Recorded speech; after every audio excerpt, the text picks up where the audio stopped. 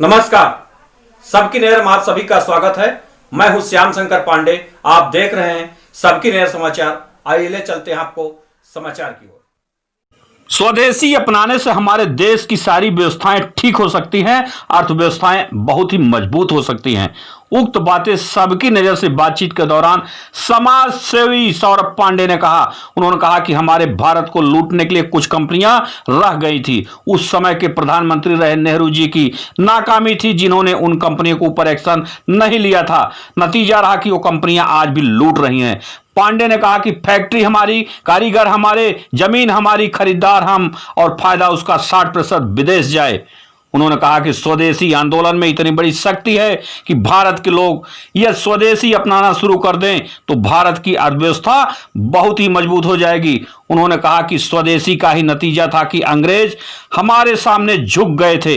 उसी प्रकार से हमारे भारत के लोग स्वदेशी का प्रयोग में लाने लगे और चाइना का बहिष्कार कर दे तो चाइना नतमस्तक हो जाएगा भारत के सामने और भारत विश्व गुरु बन जाएगा। सौरभ पांडे ने कहा कि हमारे देश के प्रधानमंत्री नरेंद्र मोदी जी जान रहे हैं कि स्वदेशी अपनाने से भारत देश आगे जा सकता है, भारत की अर्थव्यवस्था बहुत ही मजबूत हो सकती है और भारत का पैसा भारत में रह जाएगा।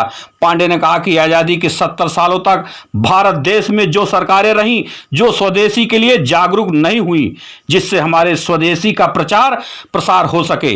उन्होंने कहा कि यदि भारत देश में आजादी के बाद आयुर्वेद को बढ़ावा दिया गया होता तो आज आयुर्वेद विश्व स्तर पर विश्व गुरु बनता और आयुर्वेद उसका जनक होता।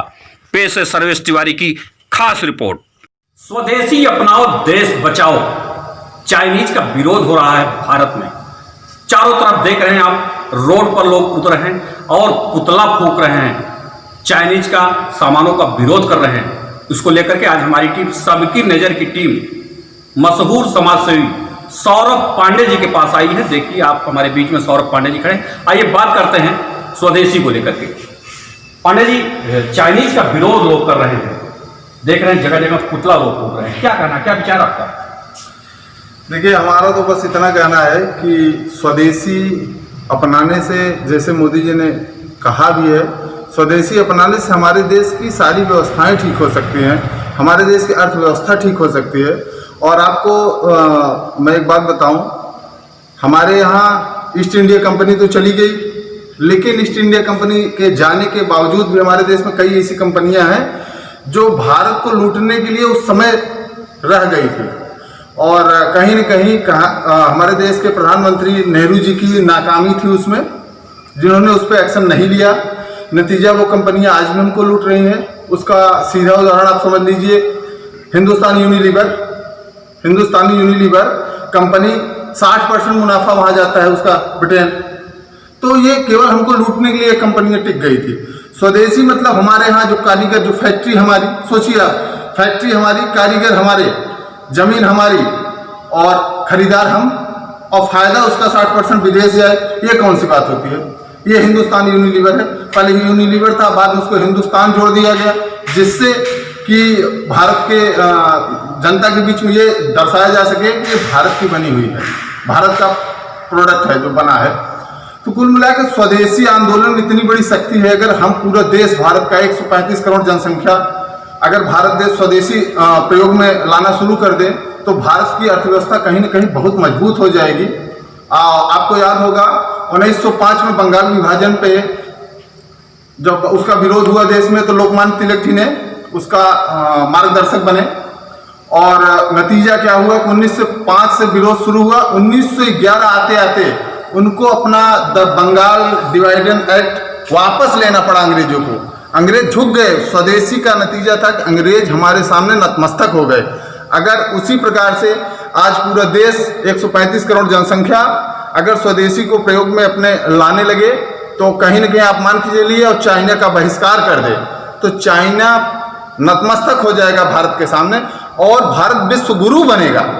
मोदी जी इन सब चीज़ों की कद्र करते हैं। वो समझ रहे हैं कि स्वदेशी अपनाने से भारत बहुत आगे जा सकता है, भारत की अर्थव्यवस्था बहुत मजबूत हो सकती है, कि भारत का पैसा भारत में ही रह जाए। इसलिए उन्होंने कहा भी और मैं यही चाहता हूं कि पूरे भारत देश की जनता से मेरा आग्रह भी है, और मैं स्वयं स्वदेशी का मुखर पक्षधर हूं और स्वदेशी को अपने जीवन में मैं प्रयोग कर रहा हूं।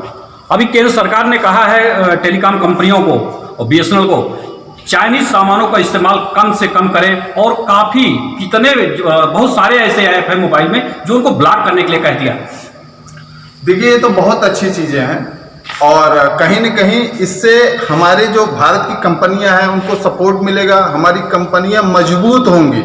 आज़ादी के 70 साल भी तक भारत देश में जो सरकारें रही वह स्वदेशी के लिए कभी इतना मतलब एक्टिव नहीं हुई कि जिससे हमारे स्वदेशी का प्रचार प्रसार या सपोर्ट हो सके।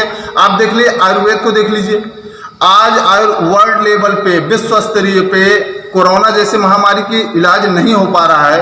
अगर भारत देश आज़ादी के बाद से आयुर्वेद को बढ़ावा दिया गया होता, भारत की सरकारें उसको प्रोत्साहन कर रही होती आयुर्वेद को, तो आज आयुर्वेद विश्व स्तर पे विश्व गुरु बनता भारत और आयुर्वेद उसका जनक होता। आयुर्वेद हमारी बहुत पुरानी पद्धति थी। तो कहीं न कहीं जो पिछली सरकारें थी उनकी नाकामियों का नतीजा है कि कहीं न कहीं भारत को भुगतना पड़ रहा है। लेकिन अभी कुछ देर नहीं हुआ है, आज से भी अगर भारत देश की जनता समझ जाए, चाइनीज सामानों का बहिष्कार करना शुरू कर दे, तो भारत विश्व गुरु बन जाएगा स्वदेशी के दम पे। स्वदेशी में इतनी बड़ी ताकत है जी, स्वदेशी में इतनी बड़ी ताकत है। फैक्ट्री हमारी, लेबर हमारे, मुनाफा चाइना का, ये नहीं चलेगा। यह कहना है समाज सेवी सौरभ पांडे जी का, अपने सहयोगी सर्वेश तिवारी के साथ। मैं एस एस पांडे, मुगराबाद शाहपुर, जौनपुर।